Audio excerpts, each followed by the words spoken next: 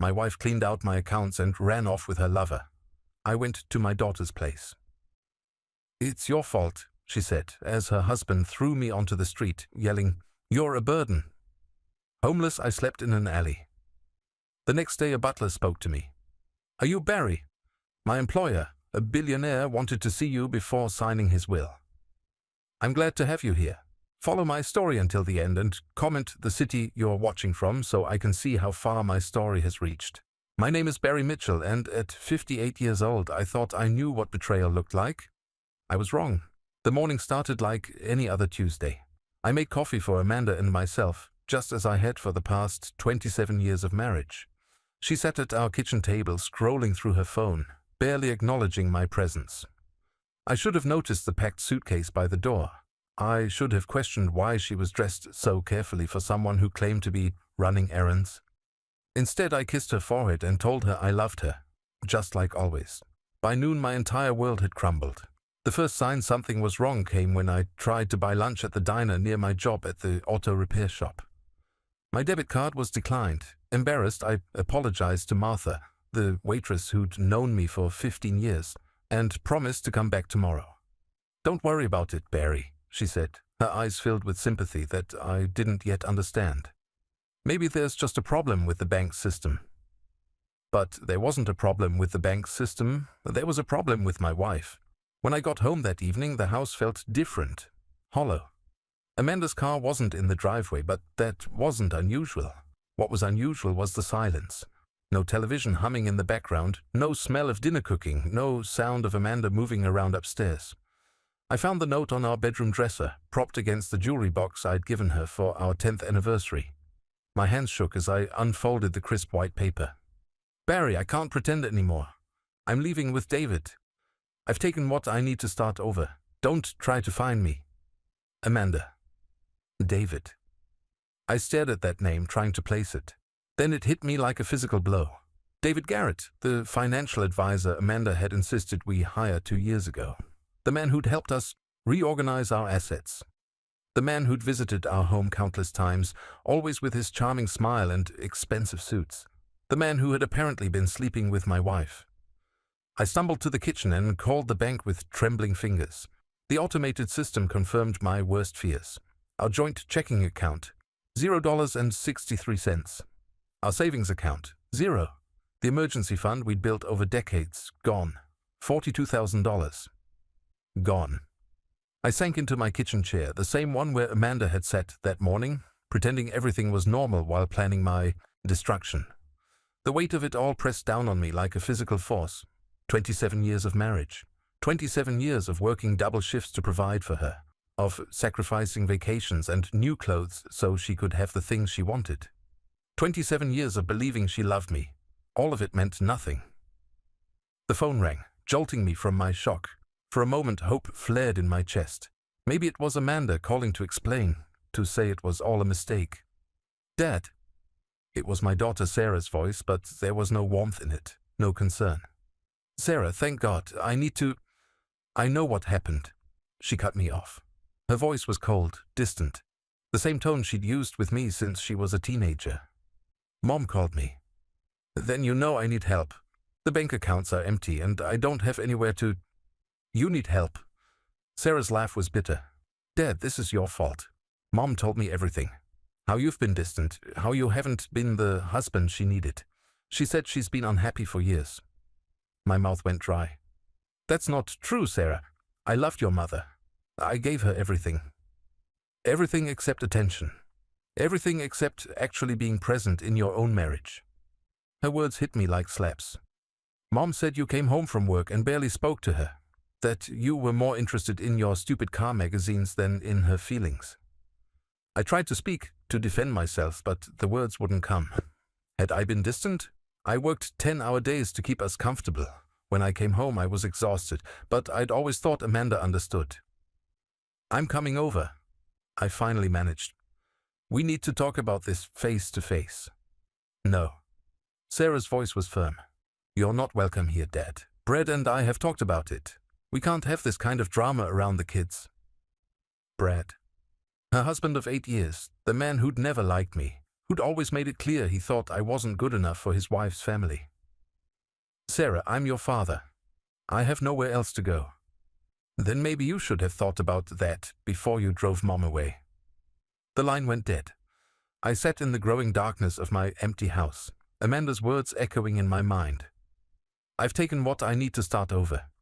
She'd taken everything. Not just the money, but my daughter's loyalty, my sense of security, my entire understanding of who I was.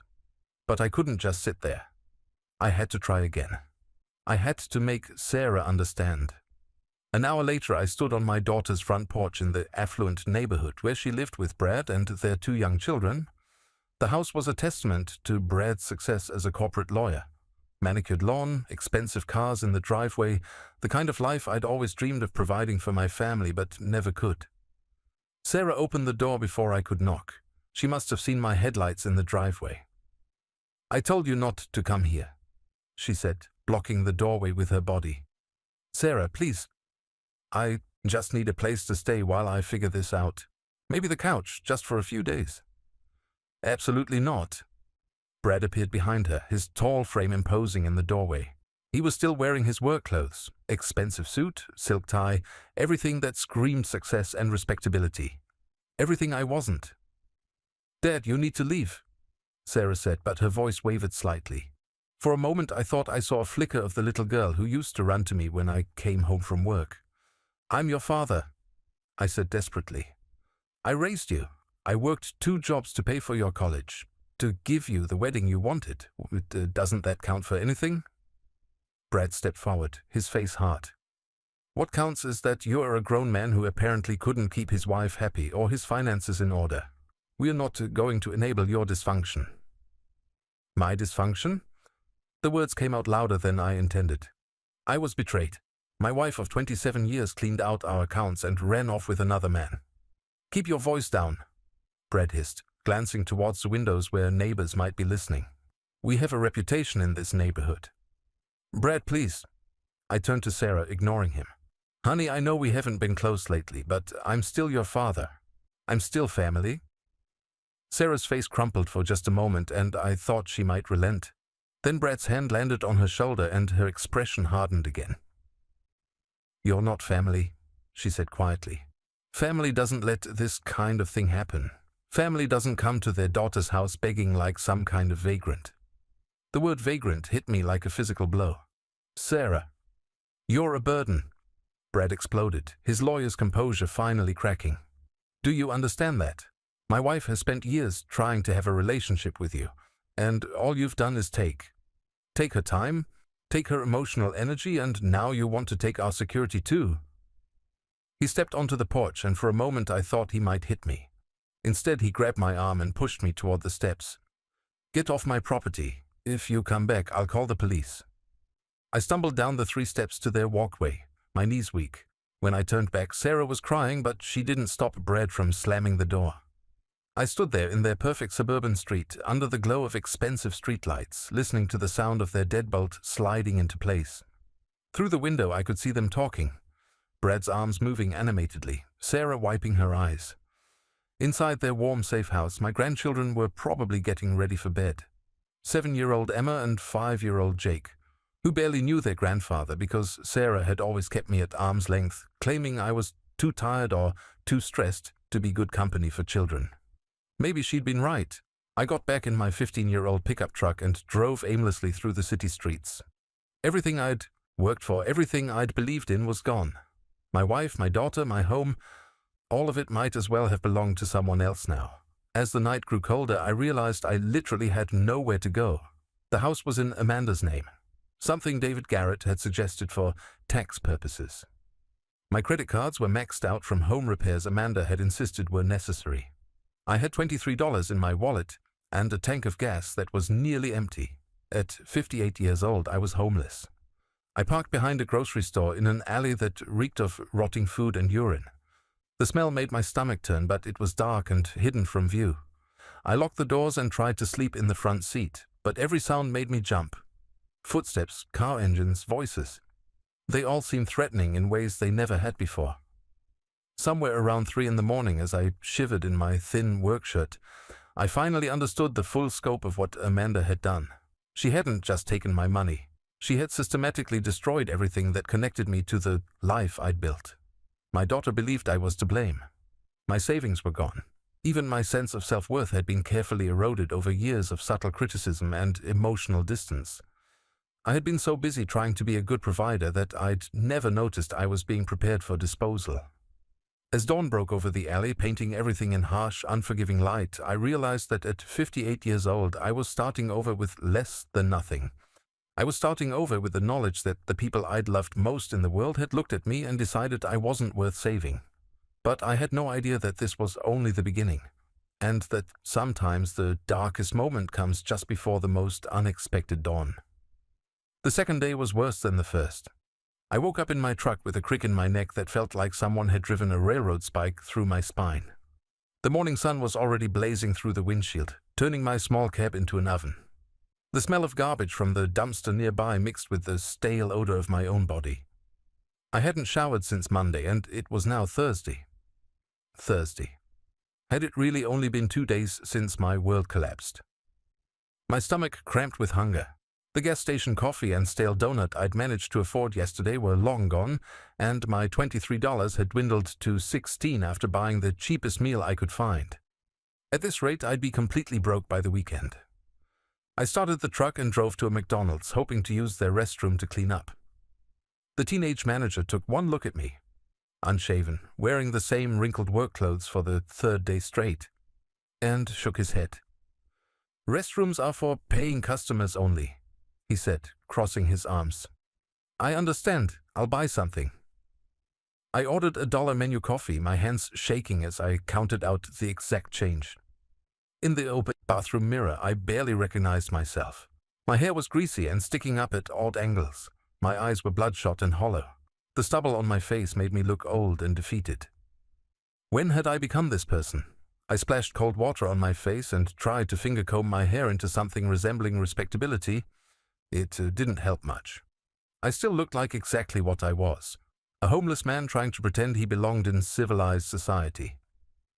Back at my truck, I sat in the McDonald's parking lot and tried to think. I needed a plan. I needed to find work, but who would hire someone who looked like he'd been sleeping in his car?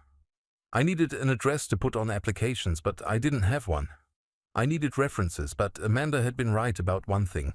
I'd been so focused on work and providing that I'd never made real friends. My phone rang, and for a wild moment I thought it might be Sarah calling to apologize. Instead, it was my supervisor at the auto shop. "Barry, where the hell are you? You missed your shift yesterday and today. Martinez is having to pull double duty." "I'm sorry, Tom. I've had some personal issues." "Look, I like you, Barry, but this is a business. If you can't show up reliably, I've got to let you go." I closed my eyes. My job. The one thing I still had left. "Please, Tom. Just give me a few more days. My wife left me, and I'm trying to get back on my feet." There was silence on the other end, then Tom's voice, softer but still firm. "I'm sorry to hear that, buddy. I really am. But I can't run a shop with unreliable mechanics. Clean out your locker by Monday." He hung up. I sat there staring at my phone, the last connection to my old life now severed. No job. No income. No hope of getting back on my feet. The despair hit me like a physical weight, pressing down on my chest until I could barely breathe. I put my head in my hands and tried not to cry in a McDonald's parking lot, like some kind of pathetic old man. But that's exactly what I was, wasn't it? As the day wore on, I found myself driving aimlessly through neighborhoods I used to know. Past the house where Amanda and I had lived, where she was probably packing up the last of her things before David Garrett helped her start her new life. Past the elementary school where Sarah had gone, where I'd attended exactly 2 parent-teacher conferences in 6 years because I was always working. Past the park where I'd taken Sarah exactly 3 times, I realized with a stab of guilt. 3 times in 18 years. No wonder she thought I'd been absent. The memories came flooding back, each one more painful than the last. Sarah at age 6, sitting at the kitchen table with her homework spread out in front of her. "Daddy, can you help me with my math?" "Ask your mother, honey. Daddy's tired." Sarah at 10, dressed up for her school play. "Are you coming to see me tonight, Daddy?" "I have to work late, sweetheart, but Mommy will take pictures." Sarah at 16, standing in the kitchen in her prom dress. How do I look, Dad? I'd barely looked up from the bills I was sorting through. You look fine, honey. Have fun. Had I really been such a terrible father? I thought I was doing the right thing, working extra shifts to pay for her dance lessons, her college fund, her wedding. But maybe Sarah was right. Maybe providing money wasn't the same as being present. Maybe Amanda was right, too. When was the last time I'd really talked to her, asked about her day, shown interest in anything beyond making sure the bills were paid? I'd been so focused on being responsible, on being the provider, that I'd forgotten to be a husband and father. The realization sat in my stomach like a stone. By evening, I was parked behind a different store, in a different alley, trying to find a spot that didn't smell quite as bad as the previous night. I'd spent $4 more on another cheap meal, leaving me with $12 to my name. As darkness fell, I watched other homeless people emerge from wherever they spent their days. An older woman pushing a shopping cart full of belongings. A younger man with hollow eyes and track marks on his arms. A couple arguing in slurred voices about where to sleep. Was this my future? Was this who I was now? A tap on my passenger window made me jump. An elderly black man stood outside, gesturing for me to roll down the window. Against my better judgment, I cracked it open. "You new to this?" he asked, his voice surprisingly gentle. I nodded, not trusting my voice. "Thought so. You've got that look. Like you still think this is temporary." He studied my face with eyes that had seen too much. "Name's Walter. Been on the streets for about 15 years now." 15 years? The number horrified me. Walter chuckled, but there was no humor in it. "Started out just like you. Lost my job, wife left me, kids stopped talking to me. Figured I'd bounce back in a few weeks. That was in 2008. The hopelessness in his voice chilled me more than the night air. "You got any family?" Walter asked. I thought about Sarah, about the way she'd looked at me before Brad slammed the door. "Not anymore." "That's rough. Family's usually the last thing to go." Walter shifted the torn blanket around his shoulders. "Most folks, they get 1 or 2 kicks at the can. Family gives them a chance to get back up. When family turns their back," he shrugged. "Well, that's when you know you're really alone." "How do you do it?" I whispered. "How do you survive this?" Walter was quiet for a long moment. "You learn to let go of who you used to be. The man who had a wife, a job, a future, that man's dead. You got to figure out who you are now. I don't know who I am without those things. That's the problem right there." Walter pointed a gnarled finger at me. "You think you are what you do, what you have. But when all that gets stripped away, what's left?" I stared at him, unable to answer. "Maybe you will figure it out. Maybe you won't. But I'll tell you one thing. Sitting in that truck feeling sorry for yourself ain't gonna change nothing. Tomorrow's gonna come whether you're ready or not." With that, Walter shuffled away into the darkness, leaving me alone with his words. I tried to sleep, but every sound made me jolt awake. Sirens in the distance, voices echoing off the alley walls. The constant fear that someone might try to break into the truck, take what little I had left. Somewhere around midnight, it started to rain. Water leaked through a crack in my windshield, dripping steadily onto my already damp clothes. I tried to position myself to avoid it, but there was nowhere to go. I thought about Sarah, warm and dry in her perfect house with her perfect husband and her beautiful children. I thought about Amanda, probably in some nice hotel room with David, planning their new life together. And I thought about Walter's words. Who was I without my job, without my family, without my role as provider? I'd spent 58 years defining myself by what I could give others. Now that I had nothing left to give, was there anything left of me at all? As the rain drummed against the roof of my truck, I realized I was about to find out. Whether I wanted to or not, I was going to discover what kind of man Barry Mitchell really was when everything else was stripped away. But what I didn't know, what I couldn't possibly imagine as I shivered in that leaking truck in a garbage-scented alley, was that sometimes losing everything is the only way to discover you were never really lost at all. The 5th day on the streets started like all the others, with the crushing weight of reality pressing down on my chest before I was even fully awake. I'd found a new spot behind a closed restaurant, tucked between 2 dumpsters that provided some shelter from the wind. The smell was nauseating, but I'd learned that comfort was a luxury I could no longer afford. My truck had finally run out of gas the night before, leaving me truly stranded. $8.37. That's all I had left in the world. I was sitting on a piece of cardboard I'd found, trying to work up the courage to ask strangers for money, something I'd never imagined I'd have to do, when I heard footsteps approaching. Different footsteps. Not the shuffling gait of another homeless person or the hurried clip of someone trying to avoid eye contact with the human debris behind the building. These footsteps were measured, deliberate. Expensive shoes on concrete. I looked up and nearly choked on the stale water I was sipping from a discarded bottle. A man in an impeccable grey suit was walking toward me. Not just any suit, the kind that cost more than I used to make in 3 months. His silver hair was perfectly styled, his posture ramrod straight despite what appeared to be advanced age. He carried himself like royalty, completely out of place in this garbage-strewn alley.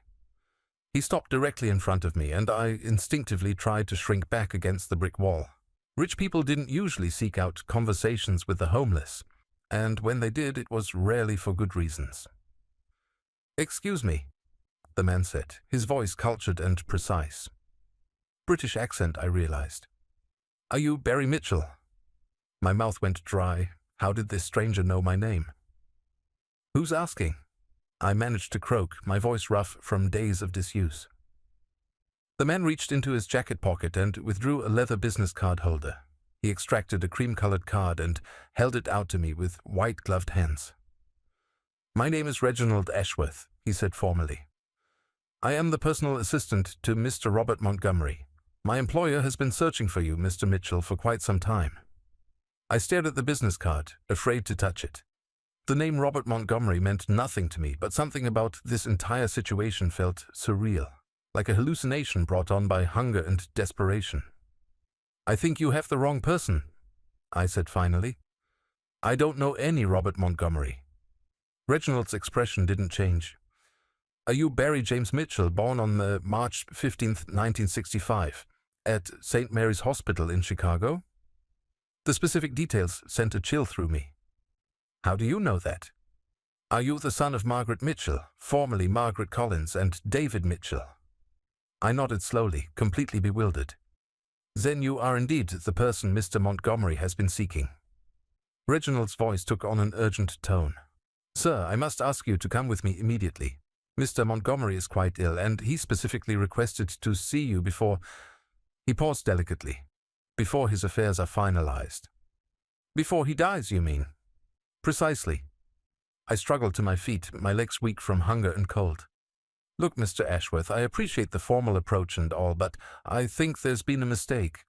I've never heard of Robert Montgomery, and I can't imagine why some rich guy would be looking for me. Especially now." I gestured to my filthy clothes, my unshaven face, my cardboard seat. Reginald studied me with pale blue eyes that seemed to see everything.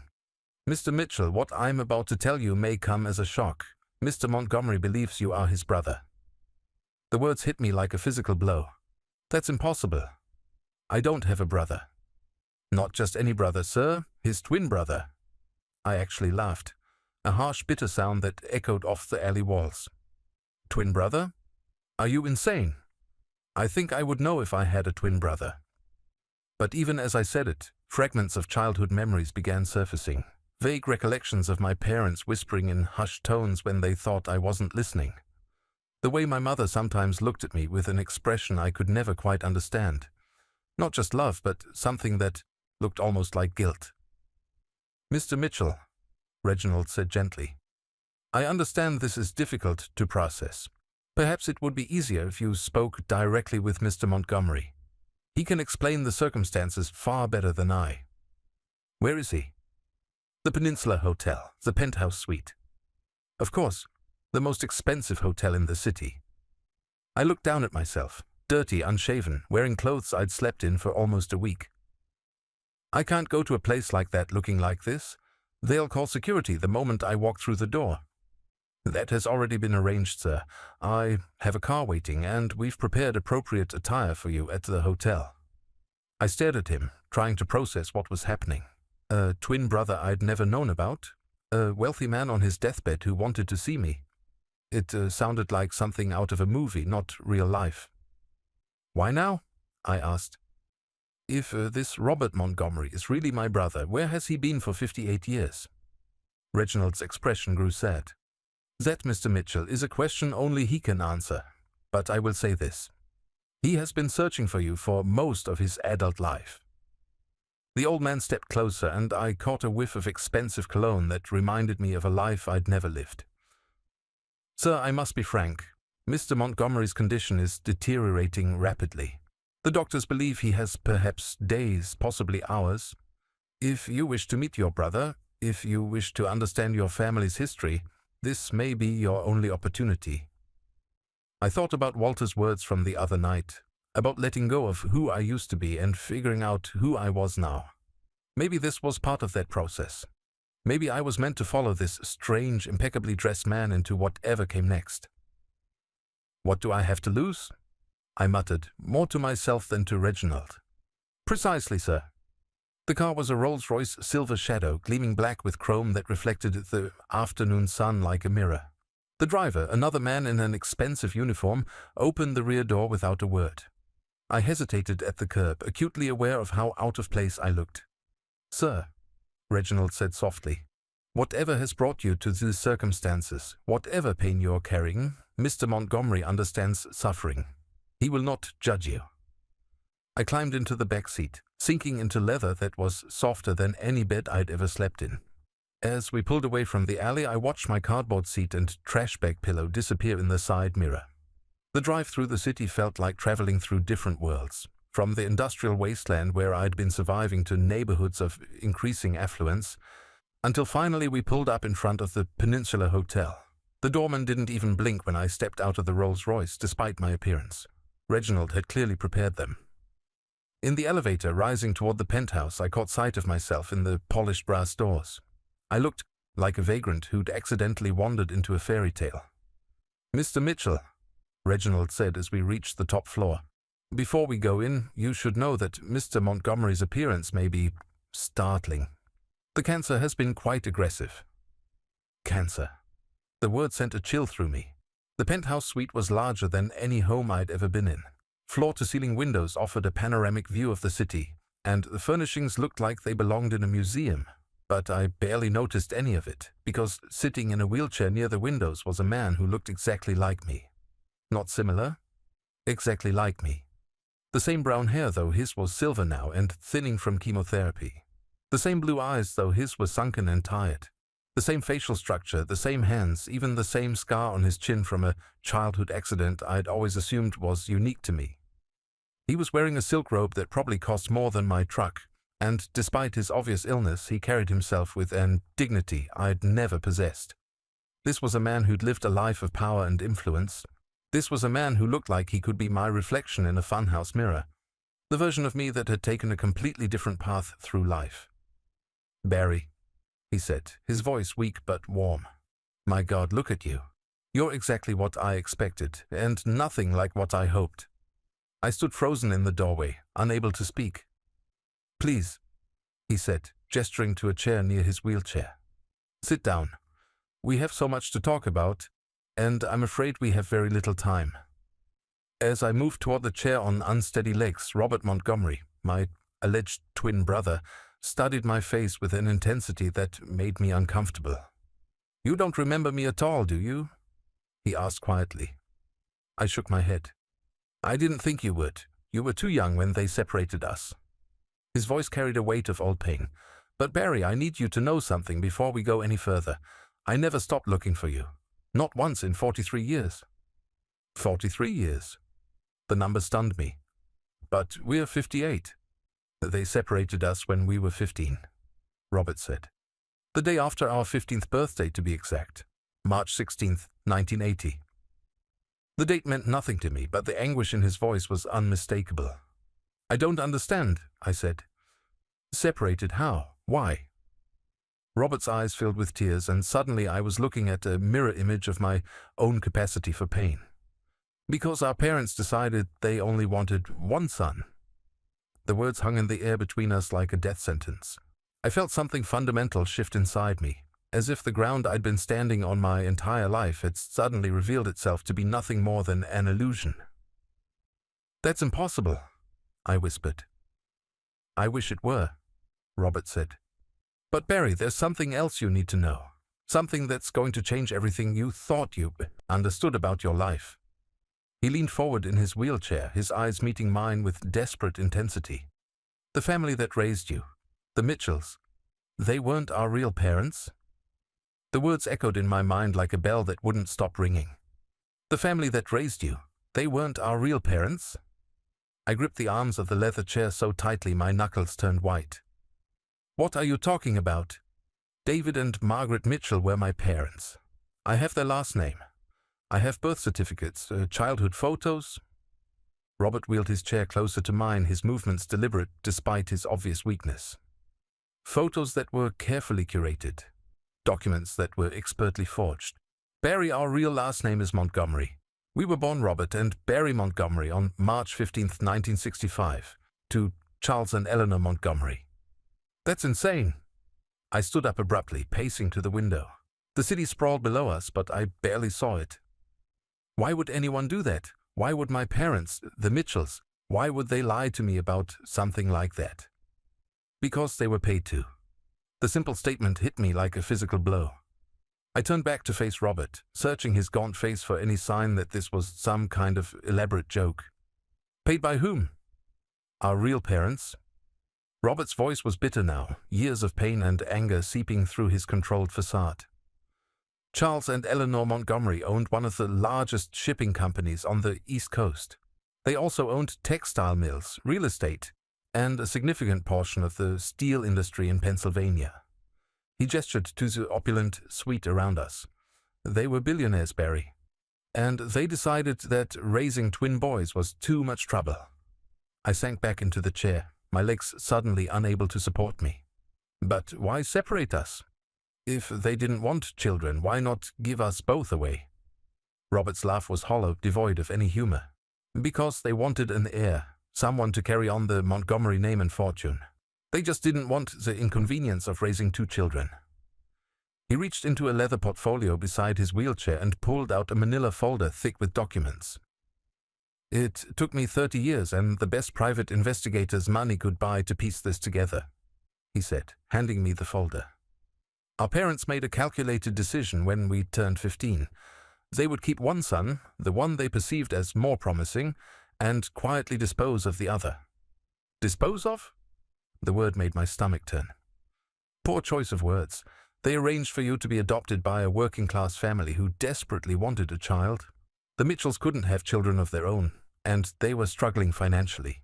Our parents offered them $50,000, a fortune to them in 1980, to take you in and never ask questions. I opened the folder with trembling hands.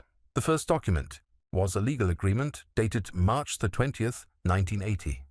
My eyes scanned the formal language until I found the relevant section.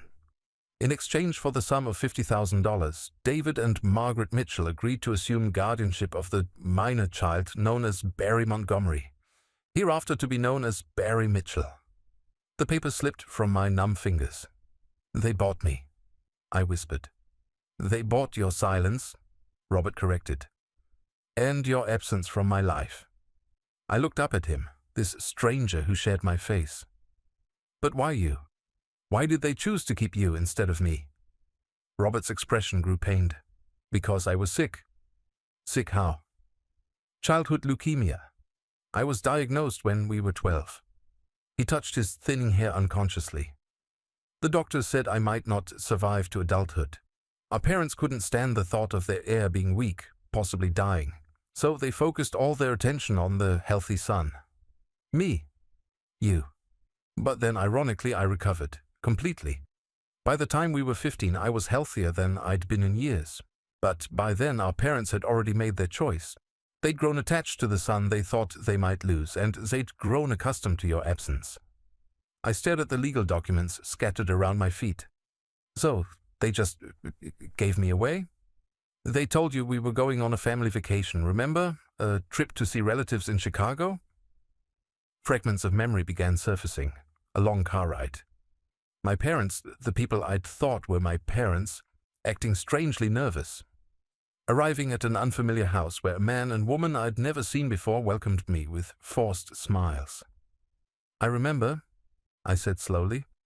David and Margaret picked me up from what I thought was a relative's house. They said my real parents had been killed in a car accident, and they were going to take care of me from now on. A convenient lie. Robert's voice was harsh. While you were being told that story, I was being told that you'd died of the same cancer they thought was going to kill me. Our parents thought it was poetic justice in a way. They told me you'd succumbed to leukemia while I'd survived. The cruelty of it was breathtaking. They let you think I was dead?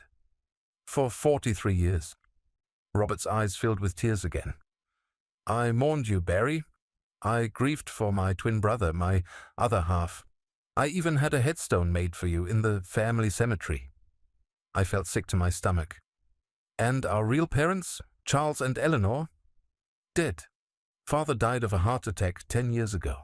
Mother passed from Alzheimer's 3 years later. Robert's voice was matter-of-fact, but I could hear the underlying pain. They took their secret to the grave. I only discovered the truth about you when I was going through their private papers after Mother's funeral. That was 3 years ago. Why didn't you find me sooner? Robert wheeled closer, his expression urgent. I tried. God, how I tried. But the Mitchells had done their job well. They'd moved you several times during your childhood, always staying just ahead of my investigators. They were terrified that if I found you, I'd expose what they'd done. He pulled another document from the folder. This is a report from the private detective I hired in 2020. He finally tracked down Margaret Mitchell in a nursing home in Ohio. She was in the early stages of dementia, but she remembered enough to tell him the truth. Is she still alive? She died 2 years ago, but before she passed, she gave him your last known address. That's how we found you working at the auto shop. You've been watching me? Robert nodded. I had to be sure it was really you, and I had to figure out how to approach you. How do you tell someone that their entire life has been a lie? I stood up again, needing to move, to process what I was hearing. The people I thought were my parents, David and Margaret, they knew they were lying to me every day for over 40 years. They did what they thought they had to do to survive. Robert said quietly. $50,000 was life-changing money for them. But Barry, there's more. More? I couldn't imagine what else there could be. Robert opened another section of the folder. The agreement our real parents made with the Mitchells wasn't just about adoption. It included a clause that if anything happened to me, if I died or became incapacitated, you would automatically inherit everything. I stared at him. Everything? The Montgomery fortune. All of it. Our parents might have been cruel enough to separate us, but they weren't stupid. They wanted to ensure that their bloodline would continue, one way or another. The implications hit me like a sledgehammer. How much are we talking about? At current valuation, approximately $2.7 billion. The number was so large it didn't seem real. Billion? Billion. Robert's voice was steady. Companies, properties, investments, art collections. An empire built over 4 generations. I couldn't breathe. And you're dying. Stage 4 pancreatic cancer. The doctors give me weeks, possibly days. So I'm about to inherit everything. Robert leaned back in his wheelchair, looking exhausted. But Barry, I need you to understand something. This isn't just about money. This is about justice. This is about finally bringing our family back together, even if it's 43 years too late. I walked to the window, staring out at the city where I'd been homeless just hours ago. Somewhere down there was the alley where I'd been sleeping. The garbage and desperation I'd thought would be my new reality. I don't understand, I said finally. If you've known about me for 3 years, why wait until now to make contact? Why wait until you're dying? Robert was quiet for so long I thought he might have fallen asleep. When he finally spoke, his voice was barely above a whisper. Because I was angry. Angry? At you. At the life you got to live. He wiped away tears that had started flowing freely. You were adopted by people who, despite their deception, clearly cared about you. You got to have a normal childhood, go to school, make friends, eventually get married and have a family. You got to be ordinary. Ordinary? I laughed bitterly. My wife just cleaned out my bank account and ran off with another man. My daughter won't speak to me. I've been homeless for almost a week. But you got to try, Robert said fiercely. You got to experience love, marriage, fatherhood. You got to fail and succeed on your own terms. Do you know what my life has been like? I turned to face him, seeing the pain etched into every line of his face. Tutors instead of schools, business meetings instead of friendships, boardrooms instead of family dinners. I've never been married, Barry. I've never had children. I've never even been in love because I was too busy being the Montgomery heir, carrying on the family legacy. He gestured around the luxurious suite. All of this wealth, all of this power. It's been a prison. And you, my brother, my twin, my other half. You were out there living a real life while I was trapped in the gilded cage our parents built. But you could have left. You could have walked away from all of it. Robert shook his head. No, I couldn't. Because I thought you were dead. Because I thought I was the only one left to carry on the Montgomery name. I felt responsible for honoring the memory of the brother I'd lost. The irony was devastating. While I'd been struggling to provide for my family, working double shifts and missing important moments, my twin brother had been living in luxury while mourning my supposed death. So why now? I asked again. Why contact me when you're dying instead of 3 years ago when you'd learned the truth? Robert met my eyes with an expression of profound regret. Because I was a coward. Because I was afraid that if I found you, you'd be everything I'd never been allowed to be. And I was right. He wheeled closer to me. But the cancer changes things. Knowing I'm going to die makes the anger seem petty and meaningless. All that matters now is that we have whatever time is left. I looked at this man who was simultaneously a stranger and my mirror image, and I felt something I hadn't experienced in days. Hope.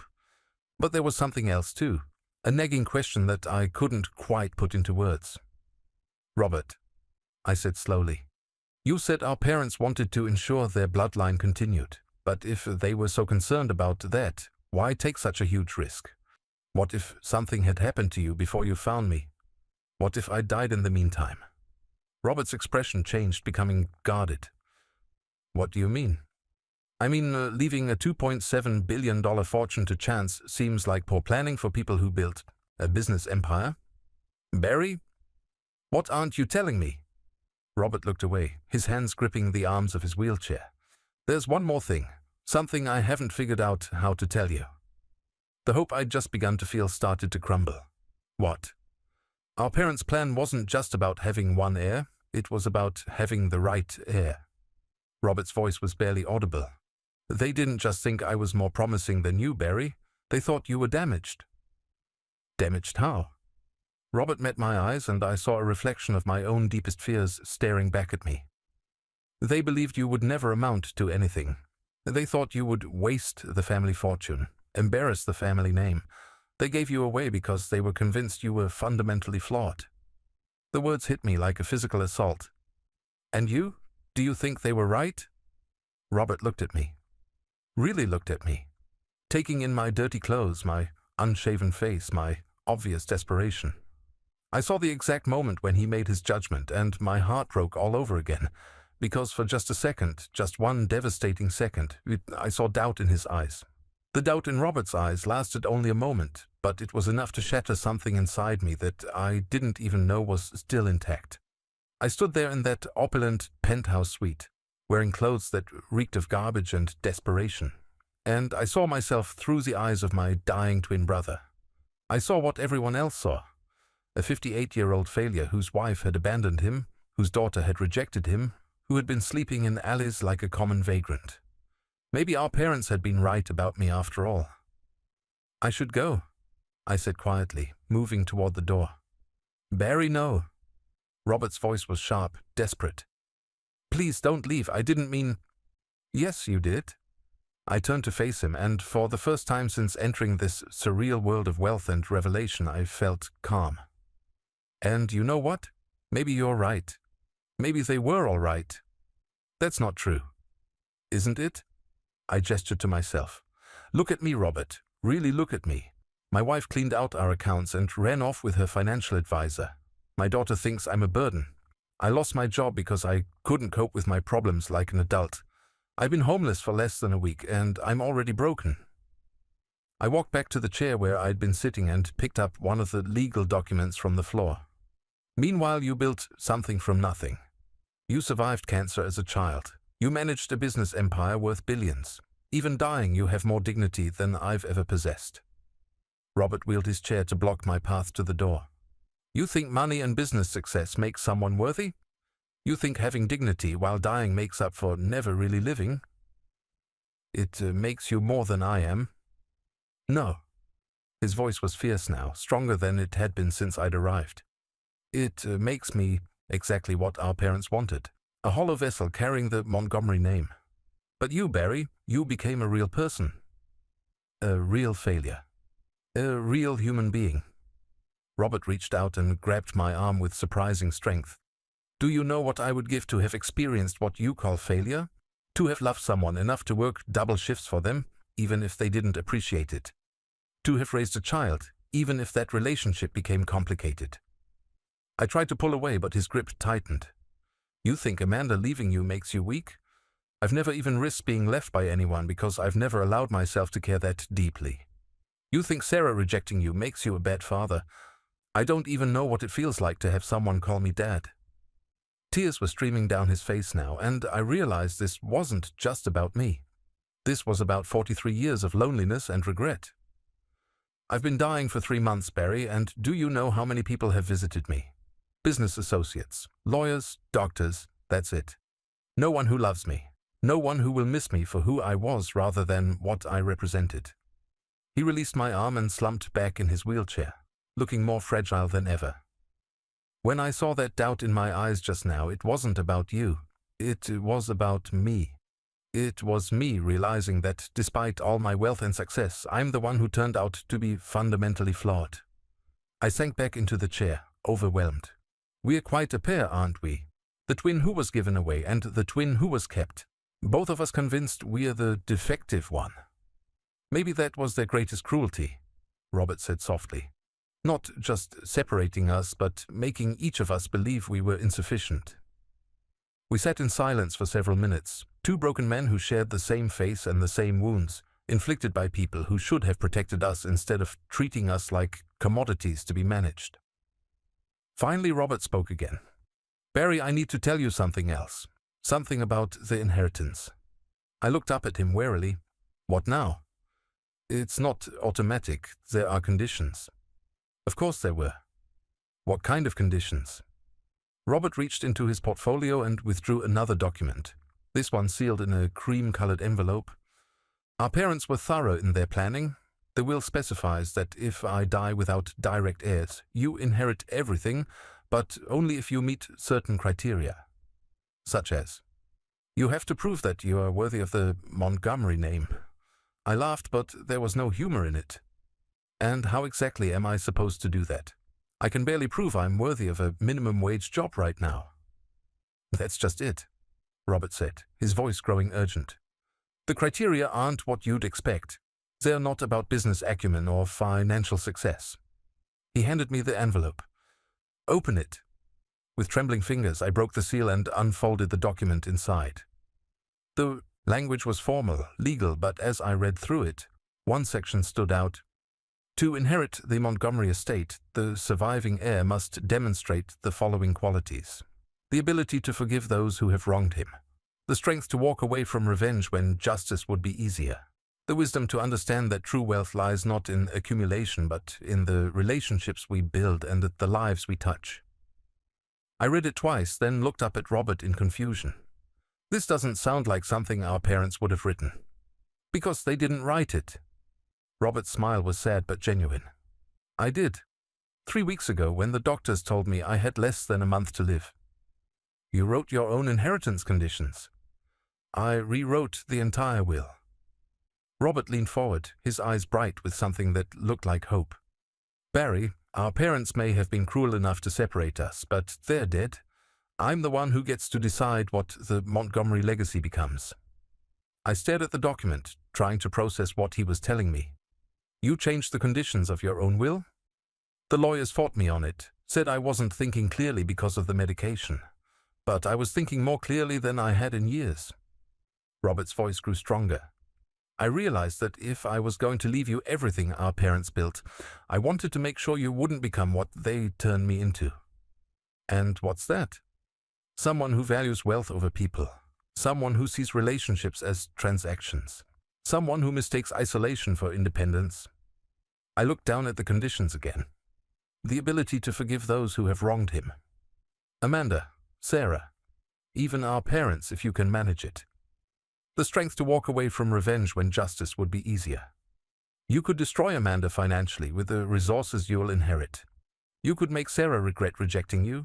You could expose everyone who ever hurt you. The wisdom to understand that true wealth lies not in accumulation but in relationships. Use the money to build bridges, not walls. Connect with people instead of acquiring things. I set the document down and looked at my dying brother. What if I can't do it? What if I'm too angry, too hurt, too broken? Then the money goes to charity and the Montgomery name dies with me. Robert's expression was serene. But, Barry, I don't think that's going to happen. Why not? Because you've already started. You forgave the Mitchells for lying to you, even after learning the truth. You haven't spent the last hour planning revenge against Amanda or Sarah. You've been focused on understanding, on processing, on trying to make sense of something senseless. He was right, I realized. I was angry at Amanda, hurt by Sarah's rejection, devastated by my parents' betrayal. But I wasn't plotting to hurt them back. There's something else, Robert said. A time limit. Of course there is. You have 6 months to demonstrate that you meet the criteria. 6 months to show that you can forgive, that you can choose healing over revenge, that you can build a life based on genuine relationships rather than transactions. And who decides if I've met the criteria? Robert smiled. You do? What? At the end of 6 months, you will write a letter to the executors explaining whether or not you believe you've fulfilled the conditions. If you say yes, you inherit everything. If you say no, the money goes to various charities. That's insane. What's to stop me from just lying? Nothing.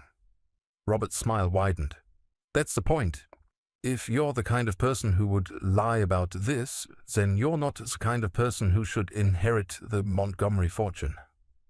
I stood up and walked to the window again, watching the city lights begin to flicker on as afternoon faded to evening.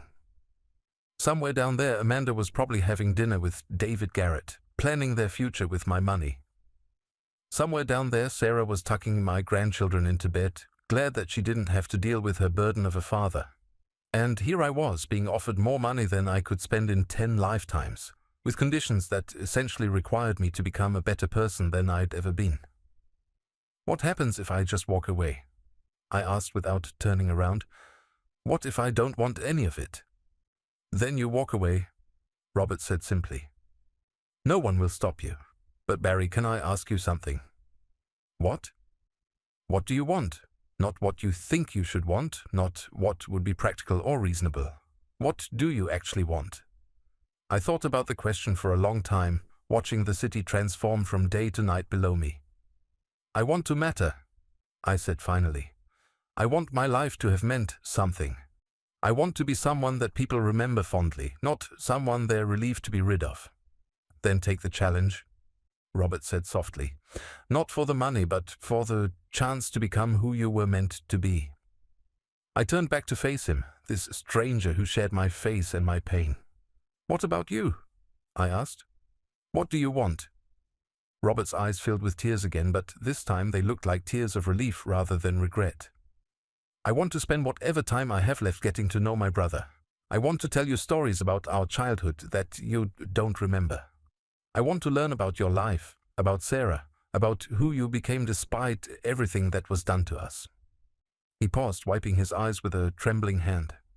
And I want to believe that when I die, the Montgomery name will finally represent something good in this world. As I looked at Robert, frail, dying, but somehow more hopeful than he'd been when I arrived, I realized that the test wasn't really about proving I was worthy of the inheritance. It was about proving I was worthy of being his brother, and maybe, just maybe, worthy of being myself. 6 months and 3 Weeks later, I sat in a small cafe in Portland, Oregon, 2,000 miles away from the alley where my old life had ended and my real life had begun.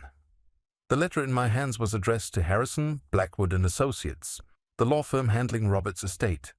I'd written and rewritten it 17 times over the past month, and I still wasn't sure I had the words right.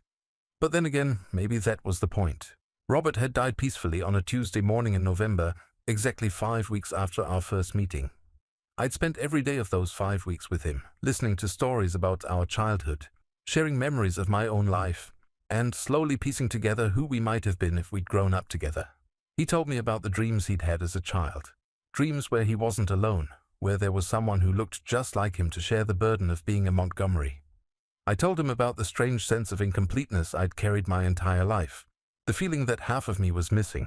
We were two halves of the same person, finally whole for just a brief moment before death separated us again. But this time the separation didn't feel like abandonment, it felt like completion. I'd stayed for his funeral, a small private affair that was nothing like the elaborate memorial service his lawyers had planned. Instead, we buried him in a simple grave next to the empty headstone he'd erected for me all those years ago. Now the twins were together, even if one of the graves would forever remain empty. After the funeral, I'd done something that surprised everyone, including myself. I disappeared. Not dramatically, not with fanfare or explanations. I'd simply gotten in my truck, which Reginald had somehow managed to repair and fill with gas during those final weeks with Robert. And I'd driven west. No destination in mind, no plan beyond putting distance between myself and everything that had defined my old life. I'd been Barry Mitchell, the failure, for 58 years. Now I wanted to find out who Barry Montgomery might be. The journey had taken me through small towns and big cities, past landscapes I'd never imagined seeing. I'd stopped whenever something caught my interest, stayed as long as I felt like staying, moved on when restlessness struck. I'd worked odd jobs to pay for food and gas, construction work in Kansas, dishwashing in Colorado, helping an elderly rancher in Wyoming repair his fences. I'd slept in my truck some nights, in cheap motels others, and occasionally in the spare bedrooms of people who'd shown kindness to a stranger passing through. I'd learned that there were still good people in the world, people who helped others without expecting anything in return. I'd also learned that I was stronger than I'd ever believed possible. During those 6 months, I'd received exactly 3 phone calls about my inheritance. The first came from Harrison, Blackwood and Associates, informing me that Amanda had attempted to claim widow's rights to Robert's estate. When they'd explained that she'd never been married to Robert Montgomery and that her ex-husband Barry Mitchell had been declared legally dead following his disappearance, she'd hung up on them. The second call came from Sarah, who had somehow obtained the law firm's number. She'd left a voicemail that I'd listened to exactly once. "Dad, I heard about Uncle Robert and the money. I know we haven't spoken, but family is family, right? Maybe we should talk." I'd deleted the message without calling her back. The third call came just last week, from David Garrett. Amanda's relationship with him had apparently soured when she discovered he had no access to my newfound wealth. She told him about the inheritance, probably hoping he could help her claim some portion of it. "Barry," his smooth voice had said, "I think there's been a misunderstanding between all of us. Amanda's been going through a difficult time, and she realizes now that she made some mistakes. She'd like to work things out, maybe explore reconciliation." I'd hung up without saying a word. None of them understood that Barry Mitchell, the man they'd known, used and discarded, was gone. Not dead exactly, but transformed into someone they wouldn't recognize. I'd spent 6 months learning to forgive, not because they deserved it, but because carrying their betrayals was weighing me down. I'd chosen healing over revenge, not because it was easy, but because revenge would have made me into the kind of person Robert had spent his life trying not to become. Most importantly, I discovered that true wealth had nothing to do with the numbers in a bank account. It was sitting around a campfire with strangers who'd become friends for a night, sharing stories and coffee under a sky full of stars. It was helping a young mother change her flat tire on a lonely highway, and seeing the relief in her eyes when she realized she wasn't alone. It was listening to an elderly man in a diner in Nebraska tell stories about his late wife and understanding that love could endure even death. It was learning that I could be useful, valuable, even cherished by people who knew nothing about my past or my potential future wealth. I'd become someone who mattered, not because of what I could provide, but because of who I'd chosen to be. Now, sitting in this Portland cafe with rain pattering against the windows, I opened my letter to the lawyers one final time. To whom it may concern, 6 months ago you asked me to determine whether I had met the conditions for inheriting the Montgomery estate.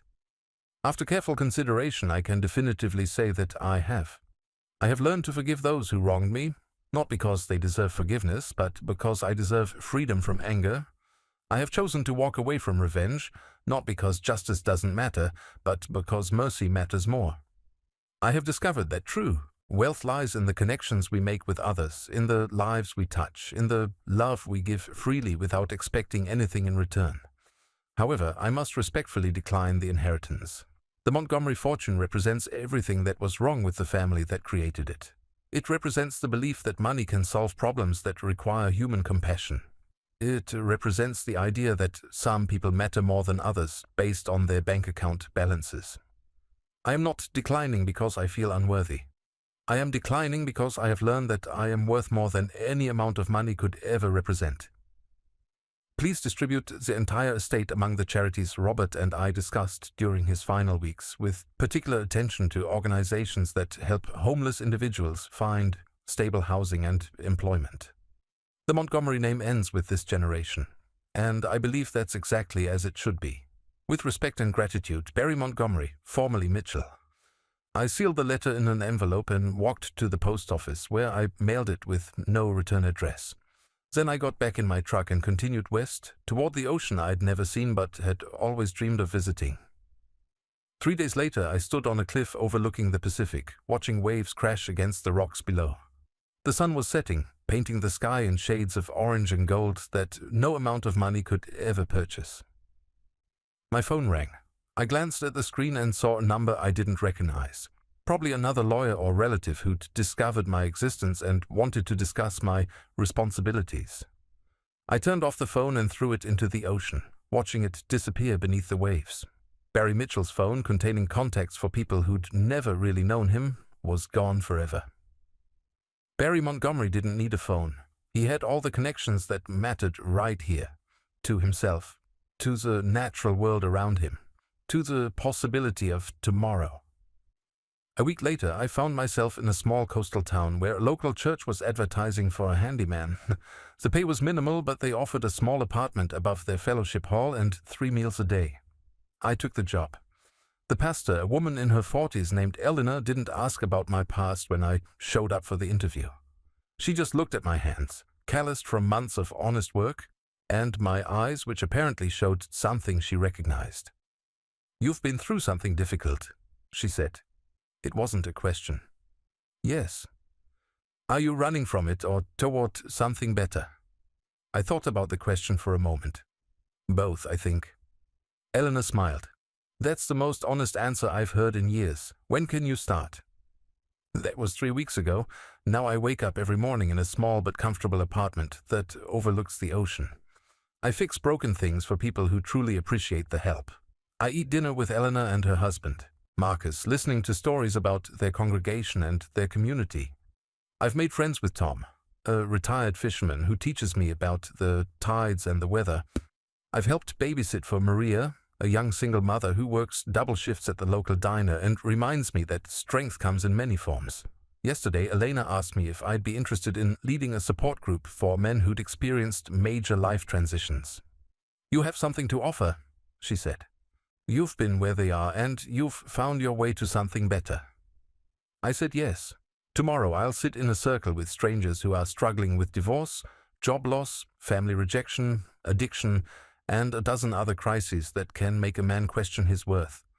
I'll tell them what I've learned, that sometimes losing everything is the only way to discover that you were never really lost at all. I'll tell them that forgiveness isn't about the people who hurt you. It's about refusing to let their actions define your future. I'll tell them that true strength isn't about providing for others or being needed. It's about being genuinely useful, genuinely kind, genuinely present in your own life. And if they're ready to hear it, I'll tell them the most important thing I've discovered, that you don't have to be anyone other than who you really are. 6 months ago, I thought my life was over.